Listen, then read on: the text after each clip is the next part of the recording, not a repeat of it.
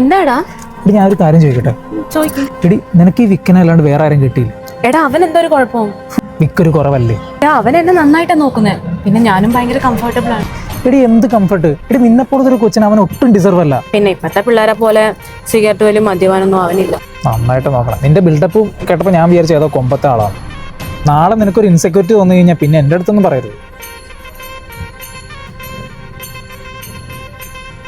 എടി ഞാൻ എന്നാ പോട്ടെ. ഞാൻ പറഞ്ഞാലും ആലോചിക്കട്ടോ.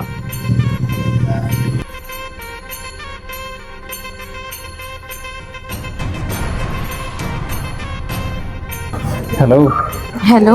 എന്തായി മോളെ ഞാൻ പറഞ്ഞ കാര്യം? എടാ ഞാൻ ഇത്രയും നാൾ ഇതിനെപ്പറ്റി ചിന്തിച്ചിട്ടുണ്ടായിരുന്നില്ല. പക്ഷേ ഇപ്പം എനിക്കൊരു ഡൗട്ട്. നാളെ ഈ വിക്കൊരു ഇൻസെക്യൂരിറ്റി ആവുമോ? ഉറപ്പായിട്ടും നിനക്ക് അവൻ്റെ വിക്ക് ഉറപ്പായിട്ടും ഇൻസെക്യൂരിറ്റി ഉണ്ടാവും. അവളെ നീ ഇമോഷണലായിട്ട് ചിന്തിക്കാതെ പ്രാക്ടിക്കലായിട്ട് ചിന്തിക്കുകയും എന്തായാലും ആ വിക്കനേക്കാളും നല്ലൊരു ചെറുക്കനെ നിനക്ക് എന്തായാലും കിട്ടും. പിന്നെ ഞാൻ നിന്നോട് പറഞ്ഞില്ല എന്നേ ഉള്ളൂ, എനിക്ക് നിന്നോട് ചെറിയൊരു ക്രഷ് ഉണ്ട്. നിനക്ക് എന്നോട് ഇഷ്ടക്കുറവൊന്നുമില്ലല്ലോ? എടാ എനിക്ക് നിന്നോട് അങ്ങനെ ഇഷ്ടക്കുറവൊന്നുമില്ല. അപ്പം പിന്നെന്താ, ആ വിക്കനേക്കാളും എന്തായാലും ബെസ്റ്റ് നിനക്ക് ഞാൻ തന്നെ ആയിരിക്കും. നീ നാളെ തന്നെ അവനോട് കാര്യം പറ, ഇത് വർക്കൗട്ട് ആവില്ല എന്നുള്ളത്.